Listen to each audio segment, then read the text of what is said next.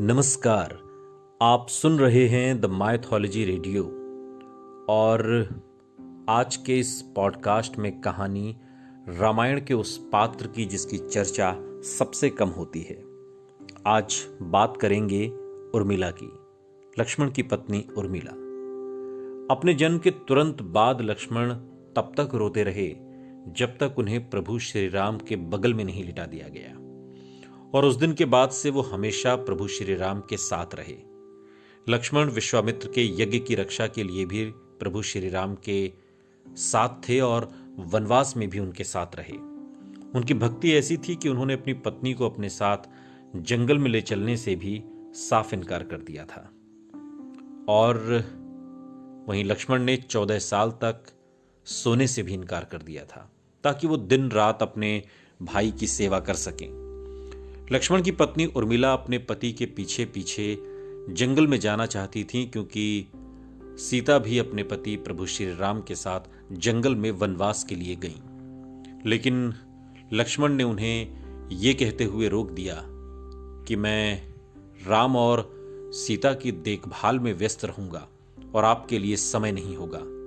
महल में रहकर मेरी मदद करें जिससे कि मुझे आपके बारे में चिंता ना हो। और इस तरह उर्मिला अपनी इच्छा को मारकर महल में रहने के लिए मजबूर हो गईं। वन में पहली रात लक्ष्मण जागते रहे जबकि प्रभु श्री राम और मां सीता सो गए, और तभी नींद की देवी निद्रा उनके पास पहुंची। उन्होंने निद्रा देवी से 14 साल के लिए अकेला छोड़ने की भीख मांगी ताकि वो दिन रात अपने भाई और भाभी की देखभाल कर सकें, रखवाली कर सकें। निद्रा देवी उनकी भक्ति से प्रभावित हो गईं और सहमत हो गईं। लेकिन चूंकि नियम की मांग ये थी कि लक्ष्मण के हिस्से की नींद का बोझ कोई दूसरा उठाए। लक्ष्मण ने कहा कि मेरी पत्नी उर्मिला के पास जाओ और उसे स्थिति से अवगत कराओ।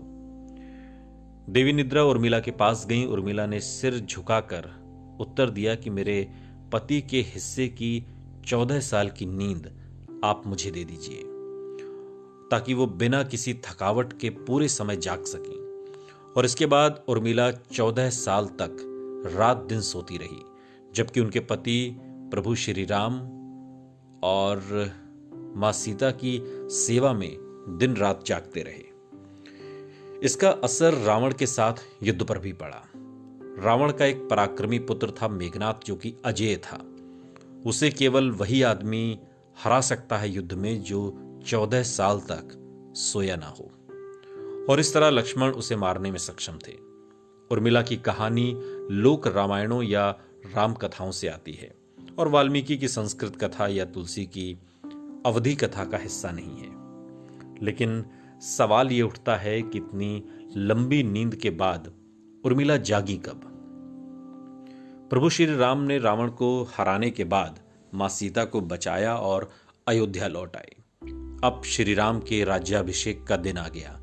जैसे ही भजन गाए जा रहे थे और प्रभु श्री राम के सामने मुकुट लाया गया, लक्ष्मण हंसने लगे। सभी को आश्चर्य हुआ कि लक्ष्मण क्यों हंस रहे हैं। वहीं दरबार में राम और सीता समेत सभी लोग अपराध बोध में चले गए, क्योंकि सभी को अपने गलत काम याद आ गए और सभी को लगा कि लक्ष्मण उन पर हंस रहे हैं। अंत में किसी ने लक्ष्मण से पूछा कि वो क्यों हंस रहे हैं। उन्होंने उत्तर दिया कि मैं पिछले 14 साल से इसी क्षण की प्रतीक्षा कर रहा हूं कि जब मैं प्रभु श्री राम को उनका राज्याभिषेक होते हुए देखूं। लेकिन अब नींद की देवी निद्रा मुझे हमारे समझौते की याद दिलाकर मुझे अपने अधीन होकर उर्मिला को जगाने के लिए कह रही हैं और मुझे स्थिति की विडंबना प्रफुल्लित कर रही है। हालांकि इसी के बाद लक्ष्मण को नींद आ गई और उर्मिला नींद से जाग गईं, और जब प्रभु श्री राम का राज्याभिषेक हुआ, उन्हें ताज पहनाया गया, उस वक्त कहते हैं कि उर्मिला जाग रही थीं, लक्ष्मण सो रहे थे।